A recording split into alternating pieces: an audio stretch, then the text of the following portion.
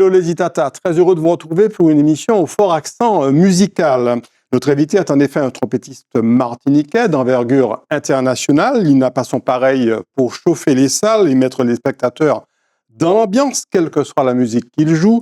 Sur scène, le genre intimiste n'est pas vraiment pour lui. Bonsoir Ludovic Louis. Bonsoir Jean-Marc. Très heureux de te recevoir à quelques jours d'un concert, de ton premier concert. Oui.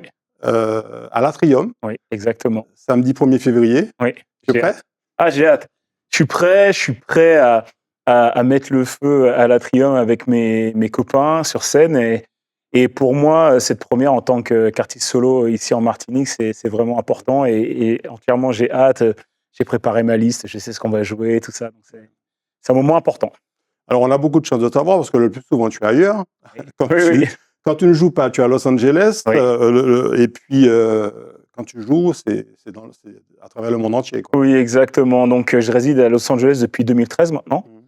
Je fais ma musique là-bas, je travaille avec pas mal d'artistes et aussi j'ai depuis 2019 développé ma carrière d'artiste solo dans l'Hexagone. J'ai pas mal de dates par là-bas et c'est vrai que c'est là où je développais mon projet et c'est comme ça que j'ai pu avoir eu envie à cette période de 2019 de vouloir me lancer dans ma carrière solo. Alors, les Martiniquais te connaissent bien maintenant, hein, même si tu n'as pas grandi ici. Par contre, on t'a vu avec Tony Chasseur, on va le voir, avec Begin Jazz Collective récemment. Là, maintenant, pour ton concert, tu es particulièrement attaché à cette terre martiniquaise. Oui. C'est mon île. Même si je suis né au Havre et que j'ai grandi en Normandie, on venait assez régulièrement ici. Et pour moi, voilà, ma terre, ça reste aussi la Martinique et c'est important pour moi. Et c'est vrai que je le dis suffisamment, j'ai pu le dire en interview, que pour moi, les deux endroits les plus importants que je voulais me produire au monde, c'était chez moi au Havre où je suis né et en Martinique, là où j'ai mes origines et c'était très important. Et ça va être le 1er février à l'Atrium. Oui. On va commencer par te découvrir au côté perso. C'est Kimounouye.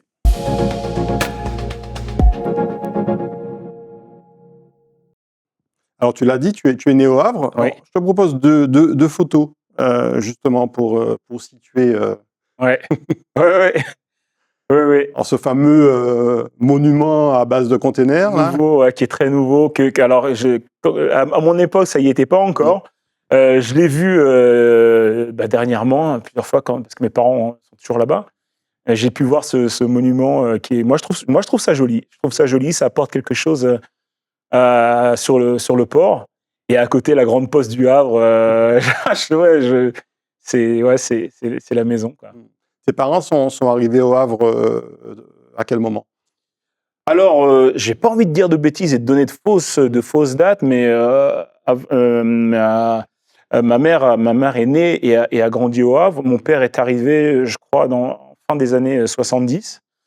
Et voilà, moi, j'ai grandi, j'ai fait toute ma vie là-bas, d'adolescent au Havre, et on a grandi rue du Bois-au-Coq avec ma grande sœur. Et c'est marrant parce que je regarde les images, ça me fait penser à pas mal de souvenirs. Ça me rappelle des souvenirs parce que ces rues-là, je les ai arpentées quand même.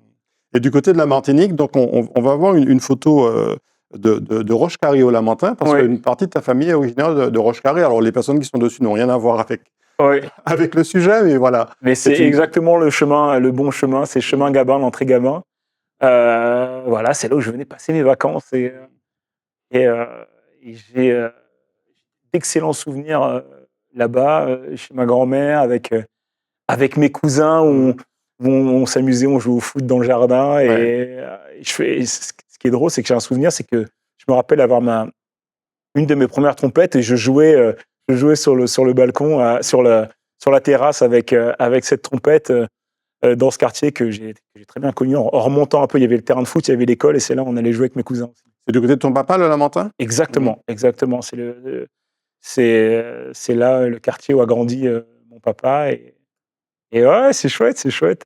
Alors, tes parents et ta sœur, on va les retrouver avec toi? Ouais. Ouais, là, c'est à l'église du Lamentin. C'est le jour de mon baptême, en fait. Tu as été baptisé ici, donc. J'ai été baptisé ici. Et avec mon petit costume blanc, mon nœud papillon, ma sœur à côté avec sa petite bouille. Et puis donc mes parents, voilà. Quand je te vois sur la photo, ça me rappelle un peu un album récent, non? Ouais, on peut dire ça. Ouais, ouais. On peut dire ça parce que, alors je sais pas si la photo de l'album a été prise juste après ou juste avant, Mhm. mais ouais, c'est exactement ça, quoi. Ouais, c'est marrant de voir cette photo. C'est marrant de voir cette photo. Alors, tu découvres la musique très tôt. Ouais. On va te voir déjà t'essayer au piano. Ouais. Ouais. Tu as quoi là? Tu as 2-3 ans? Ouais, c'est ça à peu près avec mon petit pyjama bleu. Ouais, j'avais 2-3 ans et c'est vrai, les souvenirs que j'ai de cette période-là, si tu veux, c'est que mes parents, ils ont toujours eu ce piano à la maison. Même là, quand je retourne les voir, il y a toujours ce piano qui est là à la maison. Et mes premiers souvenirs, c'est ça, c'est exactement ça. C'est le piano était là, et puis je commençais à tapoter dessus, et c'est peut-être là que mes parents se sont dit on va les mettre à la musique parce que c'est quelque chose qui les attire tous les deux, que ce soit ma sœur ou moi, et voilà. Donc ça, c'est mes premiers souvenirs avec la musique à la maison, quoi. Tu es artiste jusqu'au bout des ongles. Regarde cette photo aussi où tu t'essaies à la peinture. Ah ouais, ça c'est à la maternelle. avec ma petite cravate et tout. Non, ouais, c'est chouette. Bah, l'art, c'est quelque chose que j'aime depuis tout petit, que ce soit toute forme d'art, que ce soit la musique forcément, mais aussi le cinéma. J'adorais les bandes dessinées. Et donc là, bah oui, forcément, ça me surprend pas de me retrouver avec un pinceau dans les mains et à faire des ronds. Et ceux qui te rendaient heureux aussi, c'était les vacances au pays. On va te voir en train de... Voilà. Ouais. Le gamin super content d'être chez lui. Ah oui, c'est ça. Bah oui, tu sais, les vacances, on allait à la plage, on allait... C'était le bon temps. Ouais, on allait voir les amis de mes parents, je me retrouvais avec mes cousins, on jouait, tu vois, regarde, on est pieds nus, la belle vie, quoi. À la martiniquaise, quoi. Ah, exactement, boire de l'eau de coco, les cannes, chercher les mangos dans les arbres et tout. Ouais, C'était souvent les vacances en Martinique? c'était tous les 3 ans, les fameux congés bonifiés. Donc, c'est vrai que pour moi, c'était un moment, je me rappelle, c'était tous les préparatifs avant, la valise, le fait d'arriver à l'aéroport, on arrivait à Orly, on prenait l'avion. J'ai encore en tête l'odeur de l'avion quand j'étais petit, qu'on montait dans l'avion pour partir. Et les bouffées de chaleur quand on arrivait. Quand on arrivait à l'aéroport, quand la porte s'ouvrait et que tu sortais sur la passerelle, la chaleur. Et à l'époque aussi, je me rappelle, quand on partait, il y avait... À l'époque, on pouvait dire au revoir. Absolument. Et la famille qui attendait des heures avant de te voir reprendre l'avion pour repartir. Donc, ouais, la fameuse bouffée de chaleur quand tu arrivais à l'aéroport, avant de passer les contrôles de police, ouais, c'est des souvenirs incroyables. On va découvrir maintenant une photo très sympa, une photo de famille. Ouais. Il y a mes grands-parents. Il y a mes grands-parents, donc juste mon grand-père paternel sur la photo. Il y a ma grand-mère paternelle à gauche. Et derrière, il y a Donc c'est ta grand-mère paternelle ou maternelle? ma grand-mère paternelle qui est assise à gauche. Juste derrière, il y a ma grande sœur Laetitia. À droite, assis sur la chaise, c'est mon grand-père maternel qui était aussi violoniste. Et ma grand-mère maternelle debout. Debout. Ouais. Et moi qui fais le pitre devant sur la photo. Et ouais, mes grands-parents, quoi. Mes grands-parents, toujours des chouettes moments avec eux, et j'adore cette photo. Ta grand-mère maternelle est-elle originaire, et paternelle, pardon, est originaire d'où? Du Lamentin. Du Lamentin. Ouais, Lamentin. Mon grand-père maternel a des origines aussi martiniquaises par son père. Et ma grand-mère maternelle a des origines grecques par ses parents. Voilà, un mélange. Ah ouais, beau métissage. Et puis tes parents, justement, on va voir d'ailleurs que ta maman ressemble énormément à ta grand-mère, à sa maman d'ailleurs. Ouais, ma grand-mère, ouais, mes parents. Là, c'était un concert en Normandie. Ils étaient venus voir. ils étaient venus me voir en concert. Ils avaient, j'essaie de les faire venir dès que je peux parce que c'est de par le fait que je bouge beaucoup, c'est compliqué de se voir. Et là, je leur ai dit, je joue à côté de la maison, donc ils sont venus, on a passé le moment ensemble et c'est toujours un plaisir de les avoir à mes concerts. Ils ont toujours été là à m'aider. C'est grâce à eux aussi si j'ai pu faire de la musique, donc c'est toujours un plaisir de les avoir dès que je peux à des concerts. Vous êtes 2 enfants, donc avec ta sœur, et c'est ta grande sœur? Ma grande sœur, on est très proches, on a 11 mois de différence, on s'entend très bien. Elle a aussi fait de la musique. Elle a fait du violon, comme mon grand-père maternel. Elle a fait du piano, elle a fait des percussions, elle a fait voilà, piano, percussion, violon. Et je suis très fier d'elle aussi. Elle bosse pour une grande compagnie aérienne française et je suis très très fier d'elle aussi. Alors, de son parcours. On va ouvrir la séquence trompette.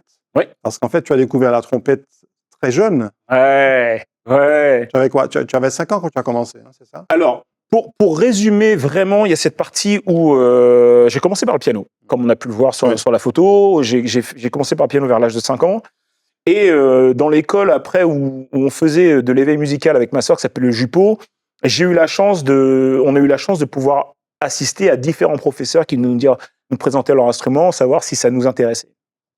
Et la personne qui est sur cette photo, c'est mon premier professeur de trompette, Alain Loisel.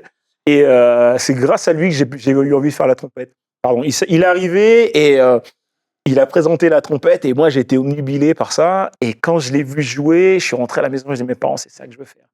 Et voilà, ça a été mon premier professeur et on est toujours en lien. On s'appelle de temps en temps, dès qu'on peut, bien entendu. Il y a eu aussi ce monsieur après qui a continué à t'apprendre la trompette. Ouais. Sylvain Maillard, qui a été mon prof de trompette classique. Pareil, une personne aussi importante. Il m'a beaucoup aidé aussi dans tout ce qui était son classique et ce qui était pour moi important et qui a été génial, c'est que les deux ont été très complémentaires dans mon apprentissage de la trompette. Il n'y en a pas eu un plus. C'est vraiment été très complémentaire.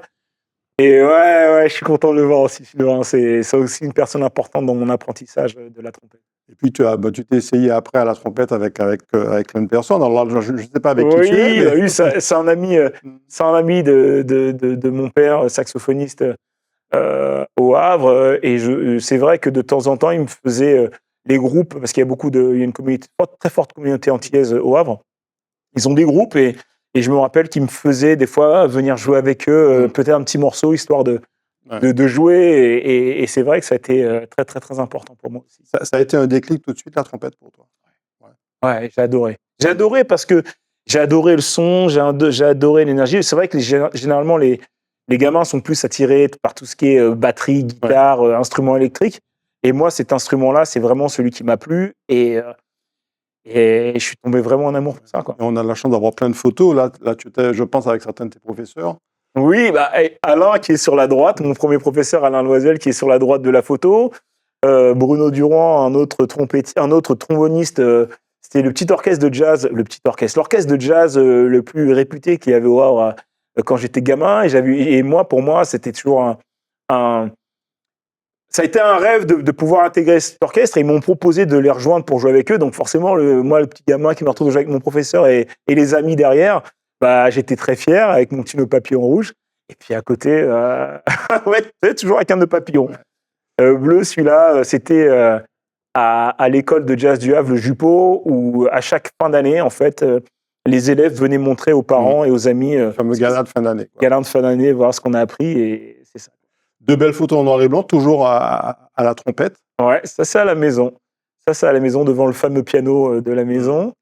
Et pareil, dans le salon, avec la trompette, toujours. Là, j'étais un petit peu plus âgé, mais... Et cette trompette, elle ne te quittait jamais. On va te retrouver dans ta chambre, là, à dos toujours. Ouais, c'est ça. J'étais avec mon petit cornet à piston. Là, c'est un instrument que j'ai adoré et que j'adore toujours. Et voilà, c'est plus un instrument pour jouer pour moi que qu'une contrainte.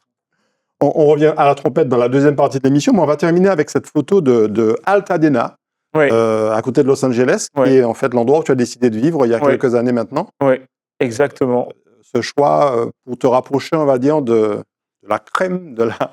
Bah oui, en fait, de la musique. j'ai fait plusieurs villes à Los Angeles. J'ai habité à Sherman Oaks, qui était mon premier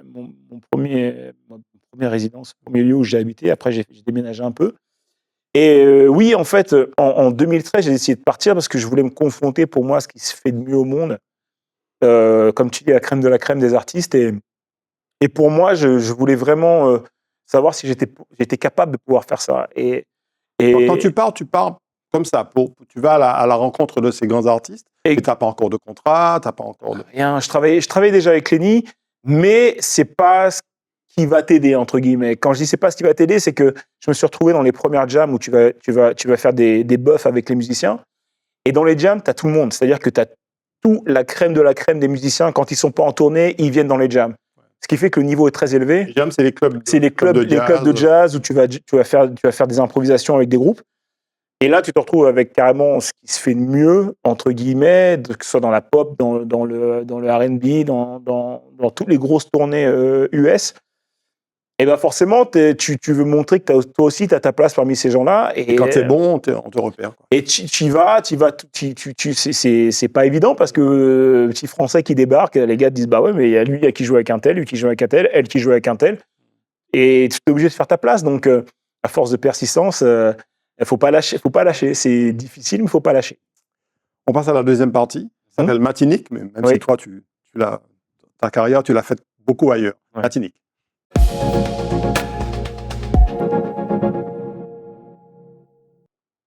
Alors, tu te souviens de ton premier concert pro? Oui. Premier concert pro. Alors, il y en a plusieurs. Alors, il y a un tout premier, je pense que celui-là, c'est plus de manière, je dirais, sentimentale, parce que j'ai eu la chance à 12 ans de faire un premier gros concert avec des artistes à 12 ans qui étaient beaucoup plus âgés que moi. C'était un groupe de rhythm and blues au Havre qui s'appelait Evergreen. Ils m'avaient appelé pour faire la trompette avec eux. Et mon premier concert pro, ouf. Alors là, je ne saurais pas... Parmi tes premiers concerts, il y a eu ce monsieur qu'on va voir ici à droite, monsieur Jimmy Cliff. Ouais, en 2004. 2004. J'ai eu la chance... J'avais 24 ans. Ouais, j'avais 24 ans. J'ai eu la chance d'avoir été appelé par un ami qui s'appelle Allen Hoist, grand saxophoniste qui a joué souvent ici aussi, qui a joué aussi sur pas mal d'albums de musique antillaise. Je me demande s'il n'a pas joué avec Kassav aussi à un moment. Peut-être bien. Et Allen m'appelle, me dit voilà, il y a un artiste à accompagner, savoir tes disponibilités, est-ce que tu es disponible? Et c'était pour jouer avec Jimmy Cliff. Que tu connaissais déjà, forcément. Bah oui, forcément. Par rapport à ses origines. Et me retrouver sur scène à jouer avec monsieur Jimmy Cliff, tous les titres, bah, forcément, ça fait quelque chose et ça a été un moment exceptionnel. À côté, c'est Quincy Jones. Alors, rien à voir avec tes débuts, mais c'est quelqu'un qui t'a un peu... que tu as rencontré par la suite et le grand producteur qu'on sait. Oui, j'ai eu la chance de discuter plusieurs fois avec lui. La toute première fois où je l'ai rencontré, c'était en 2012 à Las Vegas. On va voir la photo tout à l'heure avec Mohamed Ali. Avec Mohamed Ali. Et par la suite, on s'est vu plusieurs fois et on a discuté. Et c'est quelqu'un de très bienveillant, qui a toujours des histoires, anecdotes à donner et qui a toujours des bons conseils à donner. Et c'est un très grand monsieur de la musique que j'ai eu la chance, je dis bien la chance d'avoir pu croiser, d'avoir pu discuter avec, parce que malheureusement ça ne se fera plus, mais voilà, c'est monsieur Quincy Jones. Donc tu étais d'abord à Paris, tu as commencé par la scène française, avec des artistes francophones comme par exemple Francis Lalanne. Oui, j'avais avec qui tu as joué. Et puis il y a aussi Florent Pagny. Exactement. Et Raoul Paz. Le Cubain qui était à l'époque à Paris. Exactement. Et j'ai rencontré Florent grâce à Raoul, en fait. Raoul faisait un concert au Grand Rex pour Cuba. Et j'avais intégré son groupe. Et parmi les artistes qui sont venus, il y a eu Florent Pagny. Et Florent est venu à la fin du concert et il me dit « Ah, les cuves, j'aime beaucoup. Donne-moi ton contact parce que j'ai peut-être un truc à te demander. » On a échangé les coordonnées. Et il m'a appelé quelques mois après pour me dire qu'il préparait sa tournée de 2010, la grosse tournée, Et il voulait une section cuivre, il m'a demandé de monter la section avec laquelle j'ai pu C'est jouer la avec. grande période Florent Pagny. Ouais, Aimer. ça, exactement, tous les tubes. Et on s'est retrouvé avec plusieurs amis sur cette tournée, dont mon très grand ami trompettiste Philippe Slominski et Thomas Selling au trombone. On était tous les trois, c'était une super section. Et Florent, super gars. Après, il y a eu donc cette rencontre, il y a eu plein de rencontres entre-temps, mais il y a eu cette rencontre avec Lenny Kravitz, grand musicien américain, grand chanteur américain. Je te propose qu'on regarde une petite vidéo. D'accord.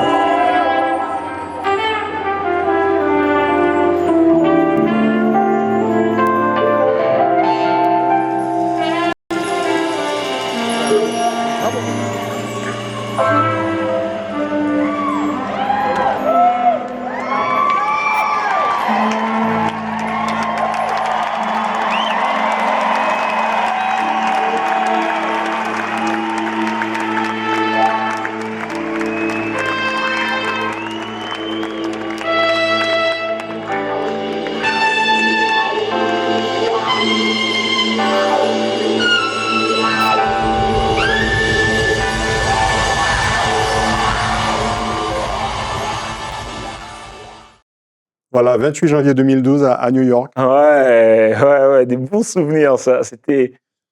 C'est une grosse partie de ma carrière d'artiste, Lenny. 10 ans avec lui, c'est ça? Quasiment 10 ans avec lui. La première fois où j'ai joué avec lui, c'était en septembre 2009 au Grand Rex. Pareil, je pense que le Grand Rex, ça me porte chance. À Paris, au Grand Rex à Paris, pour le Peace One Day. Et j'ai fait 10 ans avec lui. J'ai eu la chance de faire des scènes comme celle-ci à New York. Et puis il y a eu des photos mémorables comme celle-ci. Ah ouais, j'étais blond à l'époque. Ouais, toujours. Hein. C'est quelqu'un qui m'a permis d'être sur le devant de la scène aussi, parce que il m'a permis, si tu veux, de pouvoir faire des solos, de pouvoir m'exprimer face à son public. Et il avait, je pense, extrêmement confiance en moi, et il m'a toujours poussé à faire de mon mieux. Et c'est une personne qui compte beaucoup dans mon évolution musicale. Tu le rencontres d'abord à Paris et tu le retrouves ensuite à Los Angeles?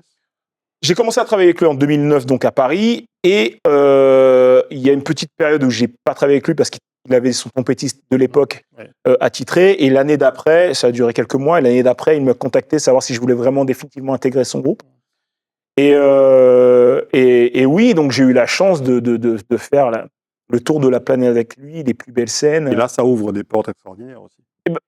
Oui, parce que forcément, tu joues dans. J'ai pas envie de dire dans une autre catégorie, parce que j'ai pas envie de mettre des cases, mais forcément que là, tu arrives dans une grosse machine, et là, t'es obligé de te mettre au diapason. Tu vois, faut être. Ça laisse pas le choix à l'erreur ou à l'improvisation, et c'est vrai que moi, ça m'a permis d'apprendre énormément à ses côtés. J'ai énormément observé sa façon de faire, sa façon de travailler, sa façon de diriger ses shows, sa façon de concevoir ses spectacles, sa façon de penser la musique. Et moi, par la suite, j'ai essayé de m'en servir aussi, moi, quand j'ai décidé de me lancer en carrière solo. Il y a eu ensuite plein de rencontres et de collaborations. Il y a eu Roy Hargrove, par exemple. À Los Angeles. Heureusement décédé en 2018, je crois. Ouais, il est décédé il y a quelques temps maintenant. Pour moi, j'ai deux idoles musicales. C'est Miles Davis, premièrement, et Roy Hargrove. Et j'ai eu la chance justement de le croiser ce soir-là pour la première fois dans ce club à Los Angeles, qui s'appelle Catalina. Et on avait échangé un petit peu, et voilà, me retrouver là, je suis impressionné de me retrouver à côté de mon idole. Et voilà, quel musicien. Alors après, il y a eu Kanye West. Oui, j'ai joué avec Kanye West dans le Sunday Service. Et puis les Black Eyed Peas. Là, c'est à New York aussi, pareil, au Colbert Show. J'ai eu la chance de me retrouver sur scène aussi avec eux pour ce titre. qui était un peu, je crois, le titre de leur retour à une époque. Et ouais, c'est pareil, c'est gros moment de pouvoir jouer avec ces artistes-là. Peut-être moins connu ici, Rossi de Palma et le groupe Soulage. Oui, le groupe Soulage, c'est un groupe de potes créé à l'initiative de Rossi. Rossi que j'ai rencontré à l'époque, début des années 2000, je jouais avec un groupe cubain qui s'appelle Orichas, un groupe de hip-hop cubain avec qui j'ai fait mes premières tournées mondiales, on va dire. Et Rossi a joué dans un de leurs clips, et c'est comme ça qu'on s'est rencontrés après qu'elle ait fait ce clip, et on a gardé le lien, on est restés amis, et quand elle a voulu faire ce groupe Soulage avec Gabriel, Franck et elle-même, ça a été un oui tout de suite, et on fait notre musique ensemble. Pas mal aussi, Sting. Ouais. J'ai eu la chance en 2024 d'ouvrir pour lui à Fontainebleau, et ça a été un honneur pour moi parce que me retrouver sur la scène de ce monsieur-là, c'est quelque chose d'incroyable, et voilà, c'est un peu un rêve de gamin de se retrouver d'ouvrir pour une personnalité pareille, et un musicien aussi incroyable et une personnalité aussi adorable. Alors, si vous voulez découvrir qui est Ludovic Louis sur scène, on regarde cette vidéo.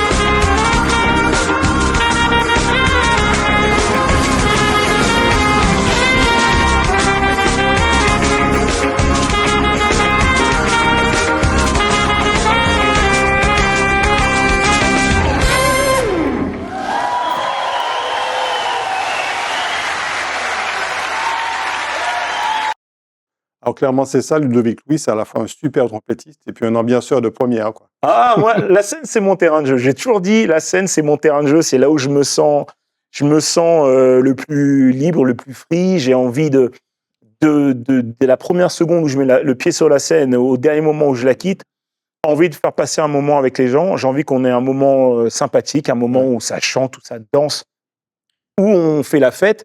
J'ai pas envie que ce soit un concert très sobre. Moi, faut qu'il se passe des choses, quoi. J'adore ça. J'adore m'amuser sur scène. Ton premier album, Rebirth, c'est 2022. Oui. On va en voir la pochette. Tu as eu un besoin à un moment d'avoir ton propre album et tes propres créations. Oui, si tu veux, ça s'est passé de la manière suivante. J'ai quitté le groupe de Lenny Kravitz en 2019. J'ai enchaîné sur une série qui s'appelle The Eddy. Ouais, et pendant la série, en fait, j'ai réécouté des maquettes de choses que j'avais faites avant, parce que j'avais commencé à faire quelques concerts avec des compositions, mais pas tellement abouties. Ouais. Et donc, à ce moment-là, je me suis dit, bon, c'est vrai qu'il faut que je retravaille certains trucs. Et là, je me suis mis à écrire, et je me suis dit, si je le fais, c'est que j'ai un besoin. Ouais. J'ai un besoin, et j'avais besoin d'écrire ma musique, et j'avais besoin qu'elle soit de manière physique, et c'est pour ça que j'ai fait cet album Rebirth. On va voir comment tu en parlais à l'époque.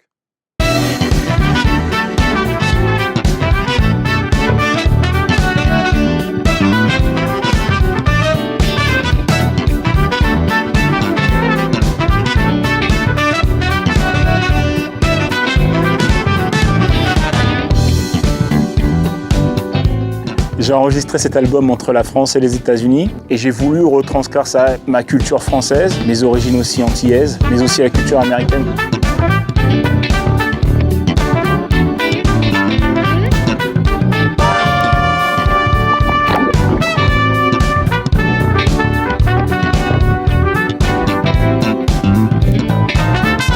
Depuis tout petit, j'étais inspiré par, on va dire, voilà, James Brown, Earth, Wind & Fire, Miles Davis, qui a été une de mes plus grosses inspirations musicales. Moi, j'ai travaillé avec un artiste pendant des années, Lenny Kravitz, et j'ai appris auprès de lui pas mal de choses, la façon dont il concevait la musique, la façon dont il avait une vision large de tout ça, et je me suis dit, pourquoi j'irais pas faire ma propre expérience? Donc j'ai pris ma valise, je suis parti là-bas, je voulais aller dans le pays de mes idoles et m'imprégner de cette culture. Donc Rebirth, premier album en 2022, où tu racontes un petit peu ce cheminement, Los Angeles, les rencontres, etc. Oui, ça a été un déclic et j'avais, comme je dis, j'avais ce besoin de vouloir écrire et en voyant les images, voilà, c'était en plein Covid, on a pris le temps avec les gars, que ce soit ici, que ce soit sur Paris ou à Los Angeles, on a pris le temps de faire les choses et moi c'était ma première expérience en tant que producteur aussi, donc j'ai appris et ça m'a aussi servi pour pouvoir faire le deuxième album. Le deuxième album dont on va voir la pochette, If Everything Is Written, si tout est écrit, c'est ça? Et si tout était écrit. Si tout était écrit. Ouais. On retrouve le petit bonhomme là. Exactement, avec son petit costume de baptême.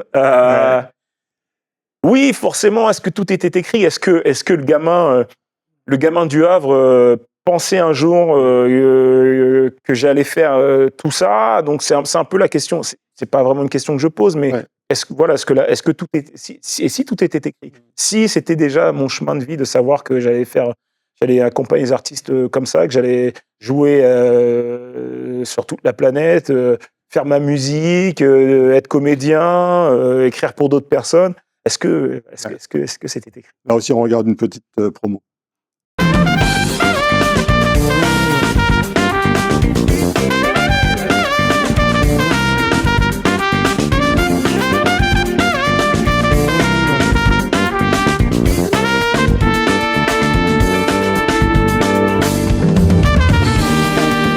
Ce nouvel album, If Everything Is Written, est un peu l'histoire de la vie. On ne sait pas, quand on est petit, ce que l'on va devenir, ce que la vie nous réserve.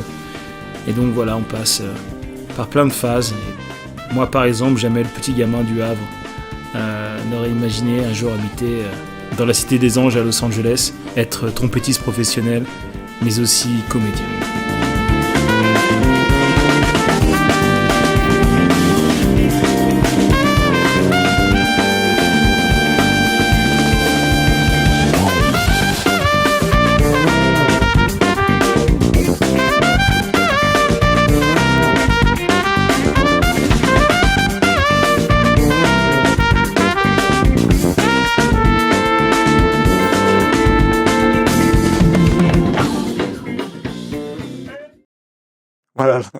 Voilà, l'ambiance en studio. Et puis, en fait, on sait que la scène, c'est vraiment l'endroit où tu t'exprimes le mieux. Mais là, à un moment donné, tu as besoin un peu de faire le point sur toi, sur tes créas, sur ton état d'esprit du moment, et ça donne. Oui, parce que, en fait, si tu veux, il y a la chance que j'ai, c'est aussi d'être accompagné d'artistes musiciens talentueux, tout ce qu'ils peuvent m'apporter aussi de leur créativité. Et j'ai besoin, moi, quand je suis en studio, j'ai besoin aussi de me canaliser aussi, de savoir où je vais et de préparer tout. Même si, comme on a pu le voir sur les vidéos, il y a des moments, un moment on rigole aussi parce que c'est important. Sinon, si tu fais une semaine de studio et que tu relâches pas la pression à un moment donné, c'est compliqué. Mais c'est vrai que c'est aussi une partie que j'aime beaucoup parce que c'est une autre facette, c'est la partie du moment où tu commences à créer de la musique, à partir du moment où tu es dans ton élément, c'est un truc que j'adore, quoi. On termine avec une dernière vidéo où on retrouve un petit peu certaines de tes collaborations.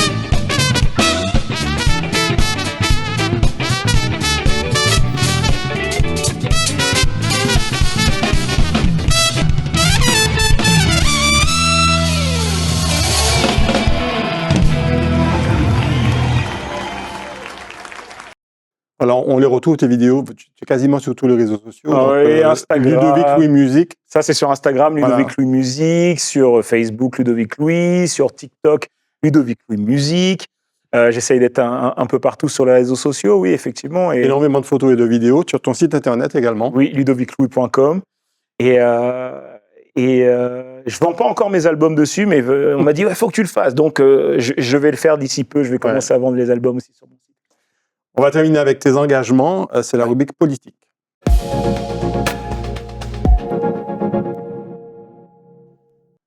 Ta politique, elle est musicale, clairement, et elle est aussi engagée, mais elle te vaut aussi de la reconnaissance, comme par exemple la possibilité de jouer devant à la fois Quincy Jones et Mohamed Ali en 2012, je crois, c'est ça? Oui, c'est en 2012 à Las Vegas.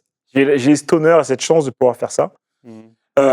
C'était pendant la tournée de Lenny Kravitz. On avait je vais vite fait raconter le contexte. On jouait la veille pour les 75 ans, je crois, ou 70 ans de Mohamed Ali. Et le lendemain, nous, on faisait notre concert. Et en fait, sur cette tournée-là, je faisais une transition entre deux morceaux. Et là, il a arrêté. Il a fait venir ces deux légendes, messieurs Quincy Jones et Mohamed Ali. Ils se sont assis. Il a fait reprendre le morceau au moment où je faisais mon solo. Et j'ai eu l'honneur de pouvoir jouer pour eux. Et ça a été pour moi un moment assez incroyable qui m'a marqué et qui restera à tout jamais gravé dans ma tête. Tu as fait du cinéma, tu fais du cinéma, Oui, on va le voir tout de suite, mais il y a aussi la reconnaissance de tes pairs, la reconnaissance des médias. Ouais. Donc, par exemple, tu as eu cet Awards. Le groupe a été nominé pour l'album de la série The Eddie pour les NAACP Image Awards. C'était en 2021. Et malheureusement, on n'a pas gagné. Mais c'est quelque chose Oui, c'était une nomination. C'était une nomination, c'est quelque chose de chouette pour le travail qui a été fait sur la série avec un groupe de potes. Et Dancing with the Stars, alors Et Dancing with the Stars, voilà, je fais partie de l'orchestre de Dancing with the Stars aux États-Unis. Tu n'as pas dansé, hein, Non, peut-être qu'un jour ils vont m'inviter pour danser, qui sait, on ne sait jamais. Hein. S'ils voient les vidéos où on transfère le pitre sur scène, on ne sait jamais, mais je joue dans cet orchestre depuis 2016 et c'est toujours un plaisir de pouvoir partager des moments aussi chouettes à la télé américaine. Alors, il y a eu ces rencontres avec deux grands réalisateurs. Damien Chazelle, qu'on voit à droite d'abord, réalisateur de La La Land notamment, pour lequel il a eu un Oscar, même plusieurs, je crois. Et puis Jean-Claude Barnier, alors plus récemment, puisque tu as réalisé la bande originale du film Fanon. Oui, alors pour rectifier, c'est qu'en fait nous étions deux compositeurs sur la bande originale. C'est Thibaut Kienz, et qui avait travaillé aussi avec Jean-Claude sur le Gang des Antillais, et moi-même. Et pour moi, ça a été un plaisir de travailler. Alors déjà avec Thibaut. Ça a été super, super chouette de pouvoir travailler avec un compositeur pareil.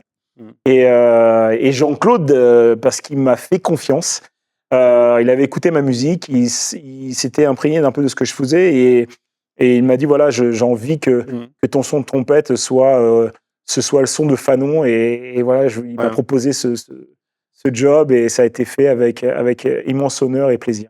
Damien Chazelle, dont je le disais, avec lequel je travaillais sur la série The Eddie pour Netflix. Exactement, c'est mes premiers pas derrière la caméra, pas en tant que musicien, mais en tant que comédien. Quelque chose que j'adore, que j'ai pu reproduire par la suite. Et c'est vrai que pour des premiers pas derrière la caméra, se retrouver dirigé par Damien Chazelle, c'est quand même quelque chose d'assez impressionnant, avec des acteurs aussi comme André Hollande, Johanna Coolidge, avec de très belles scènes, très, très belles images comme celle-ci, par exemple, où on te voit... avec mon bro, Joey Omissi, les Damien Nueva, Ce qui a été génial sur cette série, c'est qu'on a pu jouer en live. Tout ce que vous avez pu voir ou que vous verrez dans la série, qui est sur Netflix, vous pouvez, tout a été joué en live et ça a été le travail qui a été important, qui a été fait par Glenn Ballard et Randy Kerber, qui ont été les compositeurs des musiques, c'est en très peu de temps, on a dû apprendre tous les morceaux, faire comme si nous étions un groupe depuis des années et en plus faire le travail d'acteur. Donc ça a été pour moi une expérience incroyable. On a eu aussi 3 autres réalisateurs sur cette série qui ont été tous super bienveillants et qui nous ont donné des conseils. Et franchement, j'ai adoré faire ça. Et j'adore continuer à jouer la comédie, j'adore continuer à tourner. Tu as bien lancé là, parce qu'il y a eu aussi Babylone. On va te retrouver là lors de la présentation officielle du film. Ouais, ça c'était à Paris lors de la présentation du film, l'avant-première parisienne du film. J'ai eu la chance de retrouver Damien Chazelle dessus parce que, et là non pas en tant que comédien, mais en tant que surtout pour mon son. Il avait voulu que mon son de trompette soit présent dans son film. Donc c'est un comédien, mais c'est toi qui joues. Dès qu'on voit le comédien, c'est on va dire les 3/4 du temps, c'est mon son de trompette qu'on entend. Et c'est la bande originale a été composée par Justin Hurwitz, voilà, le compositeur attitré de Damien, et que j'ai rencontré lors des séances en pré-production. Et pour moi, ça a été un honneur de pouvoir entendre ma trompette sur un blockbuster américain. Alors, avant de voir une vidéo, on va parler maintenant du Big In Jazz Collective, mais il faudrait quand même qu'on rappelle que c'est grâce à Tony Chasseur que tu as commencé les Big Mandatiers, en fait. Ah oui, Tony m'a contacté, je ne sais plus en quelle année, j'ai pas envie de dire de bêtises, Tony, ne m'en veux pas, s'il te plaît. Il m'avait contacté pour intégrer en remplacement dans Musique au Pays, et c'est grâce à lui que j'ai pu faire mes premières scènes à la Martinique et donc à l'Atrium, et voilà, ça a été un moment incroyable. Après, je suis revenu jouer avec Sakio, quand ils ont fait Sakio EXO. Le retour. Et ouais, Tony m'a toujours eu confiance en moi. Et ouais, je le remercie de m'avoir permis de faire mes premières scènes au pays. Donc, Big In Jazz Collective, on va regarder une première vidéo, parce que c'est un peu là que tout a démarré. C'était Jazz à Vienne. Ouais. Et on en reparle. Avec les copains.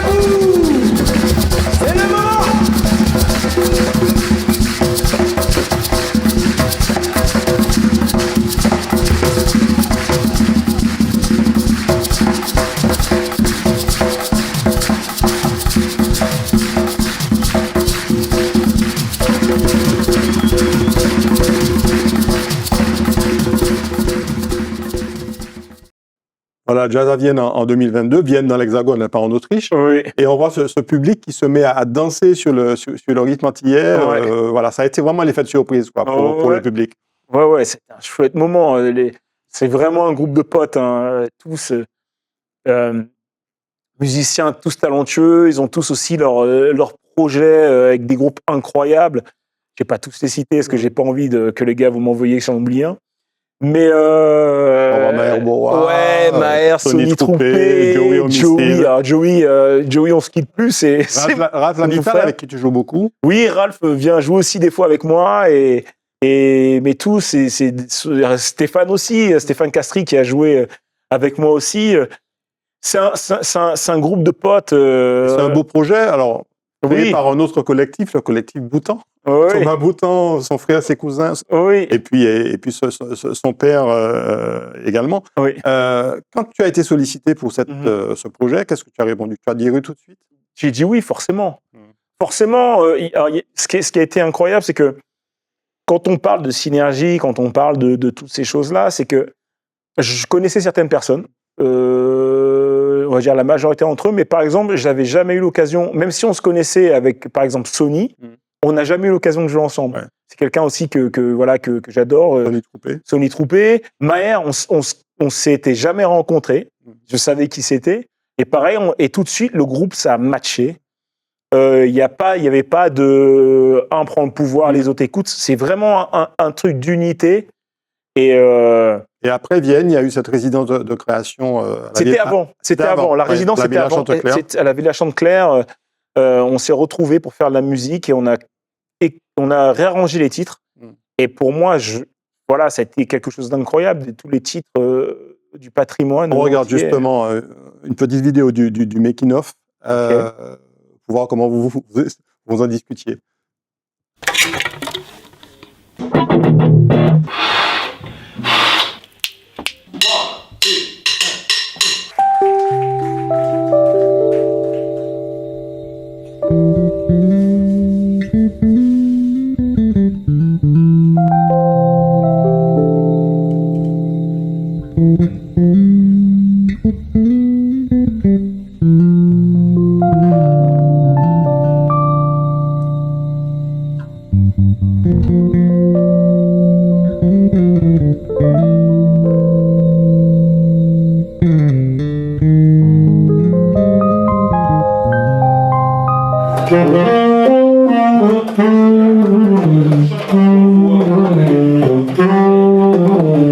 Là, on était sur Mi Belle Junet. Ouais. On écoute. On a bien vu, de toute façon, le début, on a bien senti, on s'est dit, l'intro est trop longue. Donc, faisons ça. Du coup, je ferai juste le solo de sax et après, Maël, voilà. Moi, j'aimais bien l'idée de deux solos. Moi aussi. Même s'ils sont courts, mais deux solos, parce qu'il y a un truc d'intéressant. Au lieu d'avoir un solo court de 16 mesures, on a un solo de 32 mesures où le soliste a le temps de s'exprimer. Je me disais, est-ce qu'on pouvait pas, par exemple, sur un morceau sur lequel on est tous d'accord, qui sonne bien en live, l'intégrer, faire une track live sur cet album produit, comme une sorte de sucrerie, une sorte de, je sais pas, comme une sorte de témoin de ce qui s'est passé en Martinique. Ah, j'aime bien ça.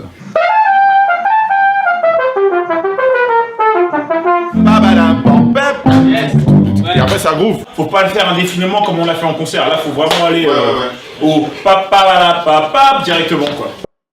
Voilà, c'était le making-of de l'album, en fait, après la résidence. Exactement. Et on voit là qu'il y a vraiment une émulation collective, la volonté d'arriver à quelque chose de plus abouti possible, quoi. Ah oui, si tu veux, quand on a fait la résidence et qu'on a fait le concert de restitution, forcément que les morceaux sont plus longs, qu'il y a plus de solos, de choses comme ça. Et là, en studio, il a fallu vraiment réduire les choses, aller à l'essentiel sur certains titres. Et donc, on discute beaucoup et chacun, on a tous on se laisse, on dit ce qu'on ressent et on s'arrange pour le bien de la musique. On va voir la photo du documentaire qui a été réalisé par Marina Jallier, qui est aujourd'hui visible sur le site, sur la chaîne YouTube de Zicopolis. Oui. Ça aussi, ça reste un super souvenir d'avoir ce documentaire qui tous les prix sur le vif, des éléments des concerts, etc.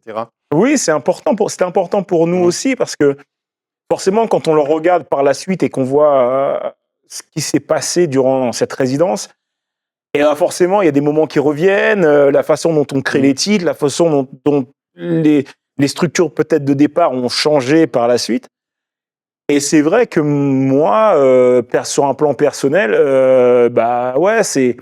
c'est des moments de création, c'est des moments de vie, c'est des moments d'amitié, c'est des moments de fraternité, et c'est un truc qui nous unit à vie, quoi, tu vois, tous les 2, 4, 6, 8, tu vois, on est, voilà. On espère vous revoir, c'est que c'est pas évident avec les agendas de chacun de pouvoir vous réunir tous, mais on va faire en sorte qu'avec Thomas, ça se passe prochainement. Avec grand plaisir, avec grand plaisir. On en arrive à ton concert du 1er février, on va voir l'affiche. Alors, il reste encore quelques places, mais peut-être même qu'au moment où l'émission sera diffusée, il ne restera plus. C'est samedi 1er février à la Triomphe, ton premier concert en ton nom en Martinique. Ouais. Je suis extrêmement fier de ça.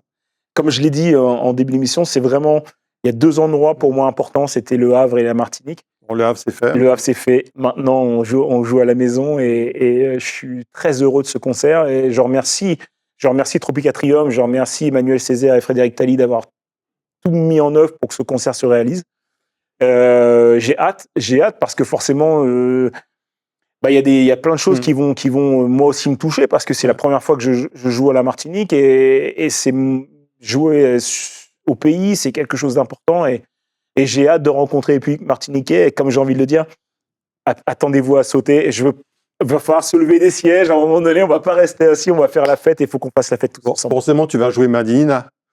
Ouais, c'est forcément. On regarde un extrait de Madina pour finir.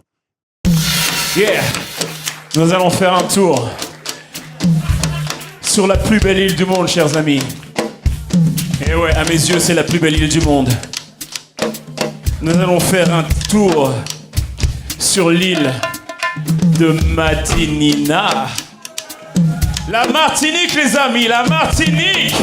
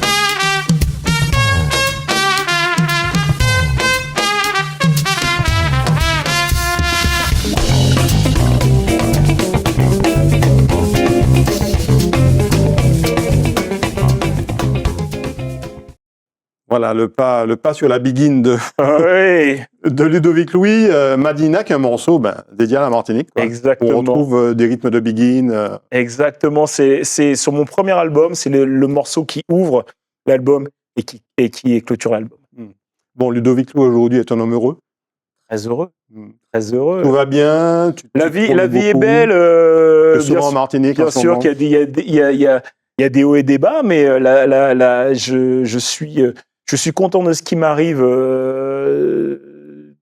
dans ma vie et oui, je suis content d'être au pays, je suis content de passer du temps ici et en tout cas là sur cette période actuelle, là je suis un homme extrêmement heureux de pouvoir jouer ma musique chez moi en Martinique sur la scène de Tropicatrium le 1er février. Merci beaucoup Ludovic. On a réussi à préparer cette émission dans des délais extrêmement courts. Donc, vraiment, merci beaucoup pour ça. Merci beaucoup à toi. Merci beaucoup. Et puis, on va te suivre parce qu'on sait que tu as plein de projets. Donc, Oui, avec grand plaisir. Merci à toi de m'avoir reçu. Merci beaucoup à vous de nous avoir suivis. On se retrouve très prochainement sur Zitata. Bonne soirée, bonne journée.